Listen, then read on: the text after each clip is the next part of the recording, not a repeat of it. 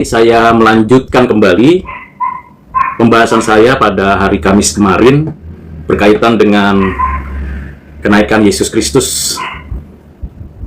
Dan saya akan melanjutkan. Kalau saudara ingin mengerti dan memahaminya, silakan lihat di kanal YouTube saya. Nah, malam ini saya ingin melanjutkannya, membahasnya tentang apa sebenarnya yang diperintahkan Yesus Kristus sebelum naik, dan apa yang dijanjikan Tuhan kepada murid-muridnya, dan apa yang dilakukan oleh murid-muridnya seperti yang dijanjikan Tuhan atau yang diperintahkan Tuhan. Baik, saya akan memberikan penjelasan. Pada waktu Yesus menjelang kematiannya, Tuhan telah memberikan nubuat tentang kematiannya sendiri dan pengajaran yang berkaitan dengan hal tersebut sebanyak 4 kali. Dan pada masa persiapan itu, Yesus Kristus mengajarkan secara khusus kepada murid-muridnya tentang satu pribadi yang akan diutus Bapa dalam nama Yesus Kristus. Pengutusan pribadi ini berkaitan dengan dia menyatakan dirinya. Tentu ini telah dijelaskan di dalam Injil Yohanes pasal 14, 15, dan 16. Nah, bagaimana pengajaran Yesus berkaitan dengan satu peristiwa mengenai kebangkitannya. Tentu kita sudah mempelajarinya dari keempat Injil, Matius, Markus, Lukas, Yohanes, tentang kebangkitan Yesus Kristus. Memang keempat Injil itu adalah Injil Yesus Kristus, sehingga fokus utama tentang pribadi dan karya Yesus Kristus. Nah, kelanjutannya ialah setelah bangkit dari kematian, seperti yang sudah dijelaskan pada bagian sebelumnya, bahwa Yesus Kristus mengajar kembali murid-muridnya, menggembalakan kembali murid-muridnya, dan bahkan disaksikan oleh 500 saksi tentang kebangkitannya, bahwa ia mengajarkan tentang kerajaan surga. Nah, pada waktu menjelang kenaikannya, Yesus Kristus menyatakan beberapa peristiwa penting. Selain mengajarkan tentang kerajaan surga, kerajaan Allah, kepada murid-muridnya secara khusus, dan menyatakan kuasa kebangkitannya, keberadaan dirinya yang bangkit kepada 500 saksi, ada beberapa peristiwa penting yang ditulis di dalam keempat Injil. Yang pertama ialah memulihkan kembali relasi murid-muridnya kepada dirinya, kepada Yesus Kristus, yang menyatakan diri kepada murid-muridnya, kemudian mengunjungi Petrus untuk menjadi gembala dari domba-domba Kristus, dan tentunya ini menjadi bagian pertama, peristiwa penting saat menjelang kenaikannya. Yang kedua, pada waktu khususnya murid-muridnya mendapatkan kesempatan yang sungguh hanya khusus bagi murid-muridnya, yang tertulis di dalam Injil Yohanes, di mana jelas untuk memberikan kepada murid-muridnya kekuatan, pengertian, yaitu Yesus mengembuskan kepada murid-muridnya Roh Kudus, seraya menanti Roh Kudus dicurahkan. Ini bagian kedua. Bagian yang ketiga yang dinyatakan oleh Yesus sebelum kenaikan ialah perintah untuk Yesus memberikan perintah kepada murid-muridnya untuk pergilah, jadikanlah segala bangsa muridku. Nah, ini menunjuk kepada perintah, jadikanlah segala bangsa muridku, yang diperkuat juga di dalam Kisah Para Rasul, pergilah jadikan sebagai saksi Kristus di Yerusalem, Yudea, kemudian Samaria, dan ujung bumi. Jadi ini yang ketiga. Yang keempat, yang perlu diperhatikan sebelum kenaikan Yesus Kristus, ialah Tuhan memerintah kepada murid-muridnya untuk menantikan Roh Kudus dicurahkan, dan itu berkaitan dengan janji Bapa dan janjinya kepada murid-muridnya. Nah, ini 4 hal yang disampaikan Yesus Kristus sebelum dia naik ke duduk di sebelah kanan Allah Bapa. Jadi yang pertama, saya ingatkan, saya ulangi lagi, yaitu dia memulihkan kembali hubungan antara murid-muridnya dengan dirinya, supaya murid-muridnya tidak lagi takut, cemas, ragu, khawatir, bimbang, dan terjadi pemulihan kembali. Suatu dorongan cinta kasih dari Kristus yang mengunjungi, menyatakan diri kepada murid-muridnya pada periode 40 hari tersebut. Yang kedua, Yesus Kristus menghembuskan Roh Kudus kepada murid-muridnya. Ini khusus untuk mereka bisa bertahan dan menantikan nantinya Roh Kudus dicurahkan. Baru yang ketiga, perintah mandat Injil. Pergilah, jadikanlah segala bangsa muridku, dan baptislah mereka dalam nama Bapa, Anak, Roh Kudus, dan ketahuilah aku menyertai kamu sampai akhir zaman. Ini yang ketiga. Dan yang keempat ialah nantikanlah di Yerusalem sampai janji yang Bapa nyatakan itu diterapkan, dilaksanakan, digenapkan. Nah, ini 4 hal. Nah, saya ingin kita masuk ke dalam yang keempat, bagian yang penting, yaitu menanti Roh Kudus dicurahkan. Tentunya ini menjadi penantian yang sangat signifikan di dalam kelahiran gereja mula-mula. Tentunya kalau kita memperhatikan Perjanjian Lama dan Perjanjian Baru, kita bisa membaca secara berurutan, bertahap, dan mengertinya bahwa Allah, Bapa, Anak, Roh Kudus sudah menyatakan karyanya, mencipta, memelihara, dan menebus umatnya. Di dalam Perjanjian Lama, Allah menyatakan keberadaannya melalui tanda, nubuat, penglihatan, terutama melalui para nabinya yang dipanggil, diutus untuk menyatakan keberadaannya, menyatakan tentang kerajaan dan pemerintahannya kepada umat yang ditentukannya menjadi milik kepunyaannya. Dalam pelayanan Kristus, Anak Allah yang tunggal, yang telah menyatakan melalui jalan inkarnasi, pelayanannya, penderitaannya, kematiannya, kebangkitannya, dan kenaikannya. Ini pribadi yang kedua. Pribadi yang kedua memang secara teofani, epifani, maupun tipologi telah menyatakan diri dan dituliskan dalam Perjanjian Lama. Sekarang kita masuk ke dalam satu pernyataan Tuhan di dalam Perjanjian Baru. Roh Kudus seperti yang dijanjikan Bapa, dinyatakan, diajarkan oleh Yesus Kristus kepada murid-muridnya, bahwa dia akan tercurah, menyatakan diri secara publik. Seperti Bapa, Anak yang menyatakan diri secara progresif, baik kepada individu, kepada kelompok komunitas, tentunya kepada umat Tuhan, maupun secara publik menyatakan diri supaya manusia mengenalnya dan dengan kekuatan dari rohnya. Demikian juga Roh Kudus di dalam Allah menyatakan diri pada Perjanjian Lama dan Kristus menyatakan diri di dalam Perjanjian Baru. Roh Kudus berkarya. Jadi di Perjanjian Lama yang ditulis mulai dari penciptaan, providensia, pemeliharaan, dan penyelamatan, Roh Kudus sudah dan terus dan selamanya berkarya. Ini yang perlu kita pahami dan mengerti. Lalu maksudnya pencurahan Roh Kudus itu seperti apa? Nah, ini menjadi hal yang penting.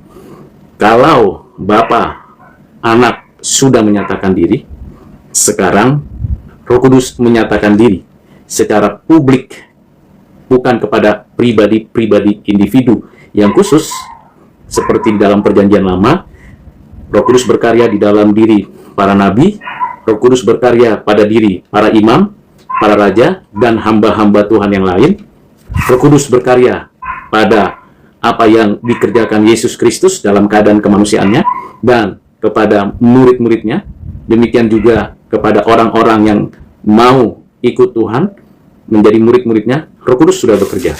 Roh Kudus berkarya dan tetap berkarya di dalam penantian apa yang dinyatakan Tuhan kepada murid-muridnya, bahwa Roh Kudus akan dicurahkan. Tidak secara implisit atau eksplisit dijelaskan kapan, waktu, hari pencurahan Roh Kudus. Roh Kudus menyatakan diri. Di dalam Kisah Para Rasul pasal 4, pada suatu hari ketika ia makan bersama-sama dengan mereka, yaitu Tuhan Yesus, ia melarang mereka meninggalkan Yerusalem dan menyuruh mereka tinggal di situ menantikan janji Bapa yang demikian katanya, itu telah kamu dengar daripadaku, sebab Yohanes membaptis dengan air, tetapi tidak lama lagi kamu akan dibaptis dengan Roh Kudus. Jadi ini penantian untuk menerima baptisan dengan Roh Kudus oleh Yesus Kristus.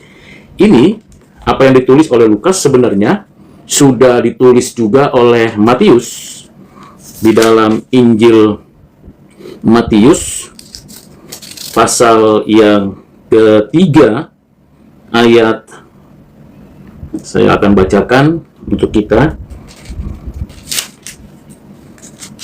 Ya. Pada ayat yang ke-11 dan 12, demikian firman Tuhan. Aku membaptis kamu dengan air. Ini perkataan Yohanes Pembaptis sebagai tanda pertobatan. Tentu kepada orang banyak yang datang menjumpai Yohanes Pembaptis karena diperintahkan Tuhan, bertobatlah sebab kerajaan Allah sudah dekat. Lalu, tetapi ia datang, ia ini siapa? Yesus Kristus, yang datang kemudian daripadaku, lebih berkuasa daripadaku. Jadi Yohanes Pembaptis mengakui bahwa Yesus Kristus lebih berkuasa daripadanya. Aku tidak layak melepaskan kasutnya. Lalu dikatakan lagi, ia, Yesus Kristus akan membaptis kamu dengan Roh Kudus dan dengan api. Jadi sudah dinubuatkan oleh Yohanes Pembaptis bahwa Yesus Kristus akan membaptis dengan Roh Kudus dan dengan api. Sementara kalau kita membaca Kisah Para Rasul pasal yang keempat, ini 4 artinya yang keempat pesan atau perintah Tuhan kepada murid-muridnya. Perintah yang keempat itu ialah tunggu, tinggal di Yerusalem, karena akan digenapi apa yang dinyatakan, dijanjikan oleh Tuhan kepada murid-muridnya.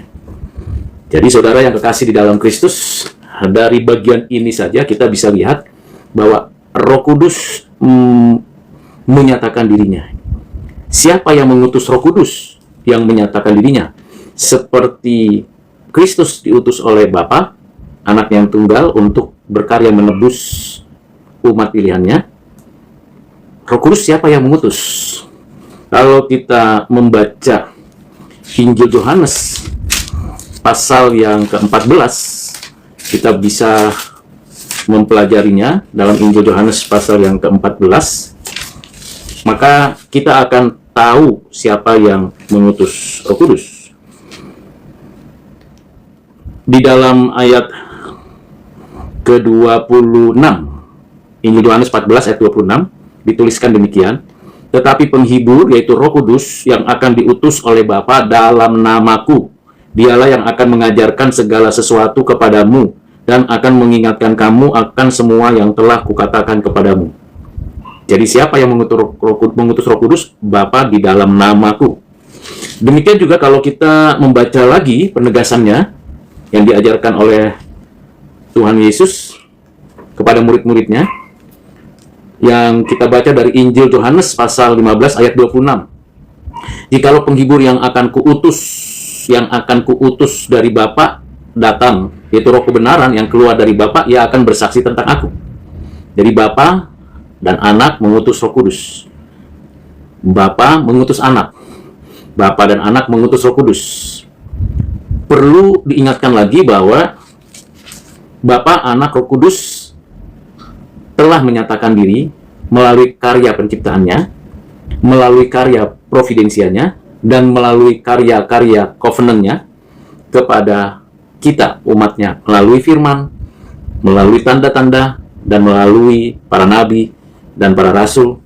Dan tentu ini telah dituliskan di dalam seluruh kitab Perjanjian Lama dan Perjanjian Baru. Nah, kita kembali kepada apa yang diperintahkan Tuhan kepada murid-muridnya, menantikan janji Bapa. Dan ini sudah tergenapi, Roh Kudus dicurahkan tepat pada hari Pentakosta. Nah, selama 10 hari, karena 40 hari setelah kebangkitan, lalu 10 hari, jadi itu hari Pentakosta, apa yang dilakukan murid-muridnya selama 10 hari itu? Yang dilakukan murid-muridnya, bukan hanya murid-muridnya saja, tapi ada banyak orang juga, orang-orang yang mengikut Kristus, bukan hanya perempuan saja, tapi banyak orang, sekitar 120 orang. Dikatakan di ayat 14 Kisah Para Rasul. Kisah Para Rasul pasal 1 ayat 14. Mereka semua bertekun dengan sehati dalam doa bersama dengan beberapa perempuan serta Maria Ibu Yesus dan dengan saudara-saudara Yesus. Jadi sambil menanti Roh Kudus dicurahkan, mereka berdoa. Mereka bersama-sama bertekun selama 10 hari sampai kedatangan Roh Kudus dicurahkan. Dan tentu ini hal yang penting untuk diingat. Tetapi tidak berhenti di situ. Apa yang dilakukan dalam penantian itu? Tidak hanya berdoa, kemudian bersekutu, tentu ada pengajaran, tentu ada kehidupan di sana. Ada satu lagi bagian yang perlu diperhatikan di ayat 15 sampai dengan ayat yang ke-26, Kisah Para Rasul pasal 1, yaitu memilih pengganti Yudas Iskariot. Karena Yudas Iskariot telah menjual Yesus, menyesali, tapi dia bunuh diri dengan kemauannya sendiri. Tidak bertobat, tapi memang dia seorang yang betul-betul melakukan tindakan kejahatan. Tapi penggantinya siapa? Pengganti daripada seorang Yudas Iskariot. Nah, di dalam konteks waktu itu, murid-murid yang berkumpul 11, berarti ada 11 selain perempuan-perempuan yang ada, dan ada 120 orang di sana. Dan akhirnya kita tahu bahwa yang terpilih adalah Matias. Jadi Matias terpilih menjadi rasul pengganti. Siapa Matias? Dikatakan syaratnya untuk menjadi seorang rasul untuk pelayanan yang ditinggalkan oleh Yudas itu, mereka telah menentukan syarat-syarat ketentuannya, yaitu di ayat 21, 22, 23. Jadi harus ditambahkan kepada kami seorang dari mereka yang senantiasa datang berkumpul dengan kami selama Tuhan Yesus bersama-sama dengan kami. Jadi ini yang pertama syaratnya. Jadi Matias senantiasa, berarti terus-menerus bersama dengan Yesus, terus-menerus memahami tentang pengajaran Yesus, terus-menerus dimuridkan, walaupun bukan rasul. Jadi kadangkala kita maunya posisi dan jabatan, tapi kesetiaan menerima pengajaran itu seringkali kita melupakannya. Padahal itu penting. Dan di sini jelas dikatakan bahwa yang akan dipilih syaratnya orang itu harus senantiasa datang dan berkumpul dengan kami. Jadi dengan murid dia ada persekutuan. Yang kedua, orang itu sudah mengikuti Yesus sampai terangkatnya ke surga dan juga menjadi saksi dari kebangkitannya.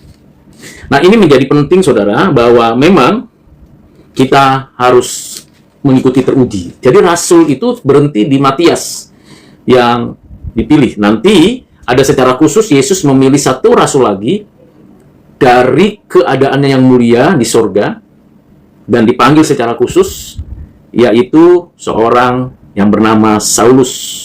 Itu nanti baru jadi rasul yang ke-13 untuk segala bangsa dari bangsa-bangsa lain. Dan ini menjadi penting, saudara. Dua kegiatan penting, spiritualitas penting di dalam penantian waktu kedatangan kembali Roh Kudus dicurahkan seperti yang dijanjikan. Pertama tadi saya ingatkan lagi untuk kita bisa membaca dan mempelajarinya berdoa. Dan yang kedua, memilih pengganti Yudas Iskariot, yaitu terpilih Matias. Ini adalah peristiwa sejarah historis, dapat dibuktikan, ada manuskrip yang menulis, dan kita tahu bahwa Perjanjian Baru ini memiliki 5.000 salinan. Tidak ada satu kitab, satu buku yang punya salinan teks manuskrip sebanyak 5.000 kecuali Alkitab Perjanjian Baru.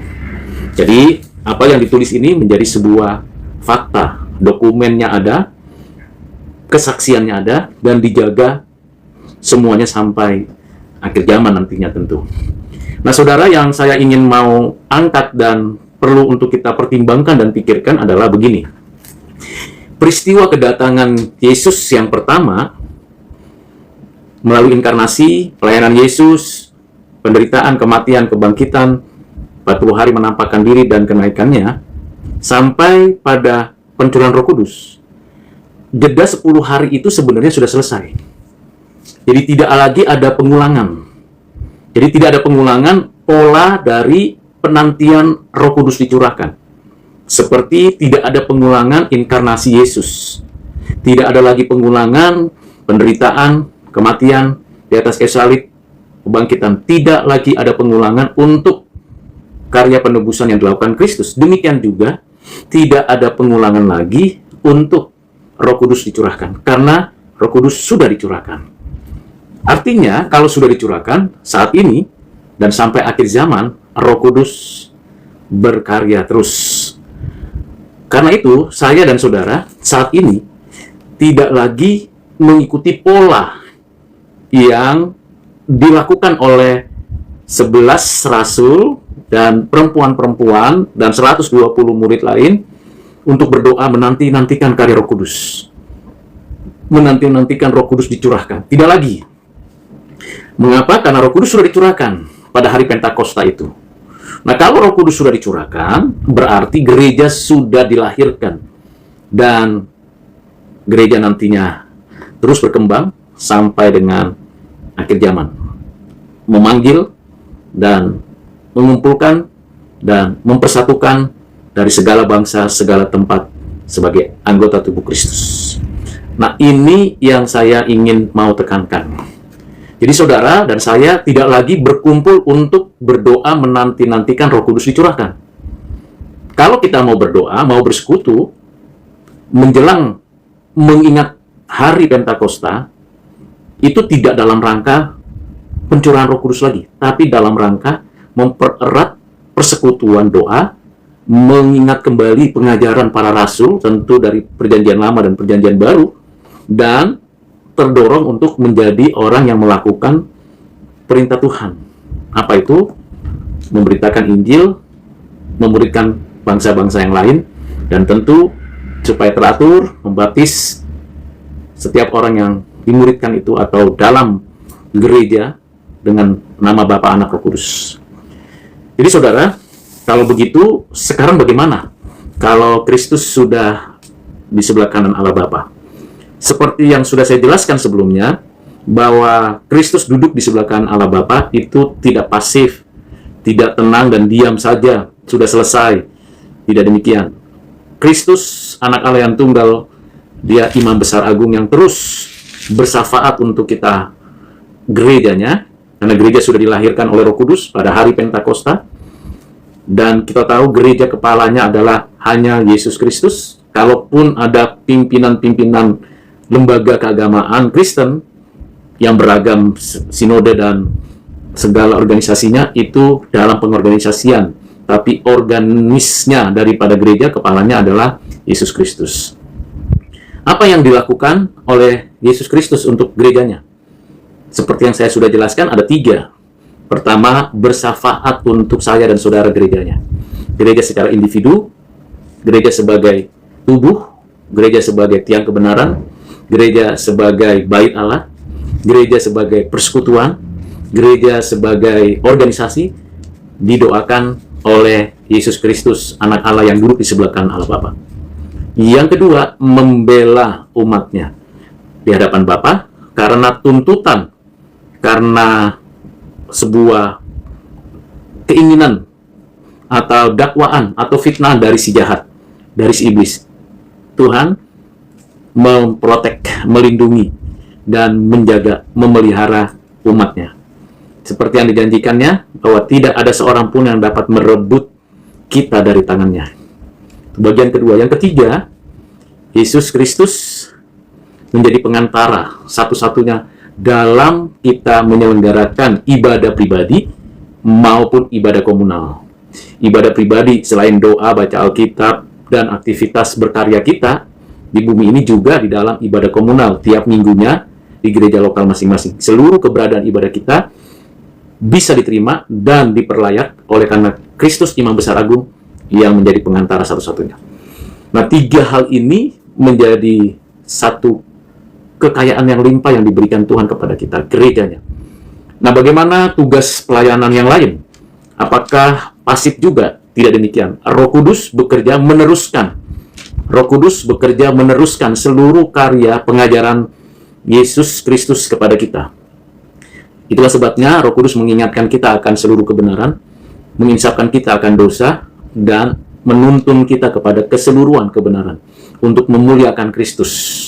Nah, dengan demikian kita bersyukur karena Roh Kudus meneruskan pelayanan Kristus bagi gerejanya. Mendidik, membimbing, ini adalah semacam tugas kenabian yang dikerjakan oleh Roh Kudus di dalam hati untuk meneruskan pelayanan Kristus. Dan yang ketiga adalah Kristus juga tetap menjadi raja, sebagai raja dalam hidup kita, pusat dari kehidupan kita. Roh Kudus yang memberikan kepada kita satu pengenalan akan Kristus. Jadi Roh Kudus membawa kita mengenal Kristus, dan Roh Kudus yang menuntun mengarahkan kita memuliakan Yesus Kristus, Raja semesta alam, Raja anugerah. Dengan demikian, semua yang ditetapkan oleh Allah, penciptaan, pemeliharaan, dan penebusan, dinyatakannya secara progres, dan itu kita terima, kita nikmati. Dengan demikian, saudara yang kekasih di dalam Kristus, kita bersyukur untuk semua hal yang sudah dijelaskan di dalam Alkitab secara terang benderang, gamblang, dapat dibaca secara langsung dan dapat kita praktekkan. Implikasinya apa ya? Apa manfaatnya bagi saya dan saudara ketika mengetahui dan mengerti tentang apa yang sudah dijelaskan tadi, tentang 4 perintah yang dikaruniakan Tuhan Yesus kepada gerejanya, dan bagaimana respon murid-muridnya atas perintah itu, dan akhirnya bagaimana kita menerima apa yang dikaruniakan Kristus kepada kita. Apa implikasinya bagi kita? Yang pertama, bahwa apa yang dijanjikan, apa yang diperintahkan, apa yang dikehendaki oleh Allah, Bapa, Anak, Roh Kudus, sudah, sedang, dan akan digenapi secara sempurna. Penerapannya, tentu kita bersyukur, berterima kasih, dan memuji kebesarannya. Karena kita tidak menyembah Tuhan imajiner, tidak menyembah ilah yang buatan tangan manusia, atau tidak menyembah sesuatu yang kosong, yang hampa. Karena terang benderang dijelaskan, dinyatakan. Implikasi yang kedua, karena kita belajar apa yang diperintahkan Tuhan ini kepada kita untuk kita menyelenggarakan perintah Tuhan, mandat Injil dan mandat budaya, maka kita sebagai orang Kristen, sebagai gerejanya, tubuh Kristus, kita diberikan satu privilege untuk kita menjadi saksi Kristus. Penerapannya tentu sederhana sekali dan butuh kemauan, butuh keberanian, butuh keseriusan sampai akhir hidup, yaitu pergilah, jadikanlah segala bangsa murid Kristus.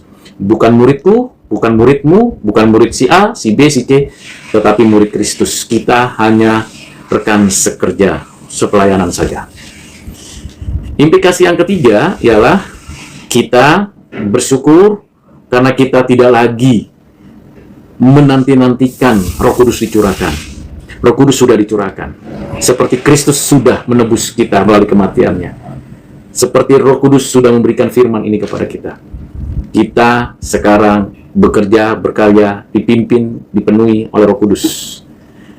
Para rasul yang dipenuhi Roh Kudus berani memberitakan kabar baik, mengajarkan kebenaran, menyaksikan hidup yang kudus di tengah-tengah dunia yang bengkok, yang kegelapan terjadi. Dengan 3 implikasi dan penerapan, maka saya mengajak saudara sekalian, mari kita lakukan. Dan mengingat kembali nantinya ada hari Pentakosta, persiapan kita ialah kita berjuang untuk terus every day, every time, everywhere untuk menjadi saksi Kristus. Jangan takut, jangan ragu, jangan bimbang. Perlu bijaksana, perlu otoritas, perlu kuasa dari Tuhan. Dan Roh Kudus memenuhi hati kita. Tentu di sini kita bekerja sama dengan banyak orang yang percaya, bergandengan tangan bersama dengan saudara seiman dimanapun berada, melalui berbagai media yang tersedia, untuk sungguh menjadi saksi Kristus. Kiranya pengajaran pada saat ini dan renungan refleksi devosi saya melengkapi apa yang saya jelaskan tentang kenaikan Yesus Kristus, memberikan suatu dorongan untuk saudara dan saya semakin banyak belajar lagi, semakin banyak membaca lagi firman, dan semakin lagi bertumbuh, berakar, berbuah bagi kemuliaan Tuhan Yesus. Tuhan memberkati saudara sekalian dimanapun berada. Amin.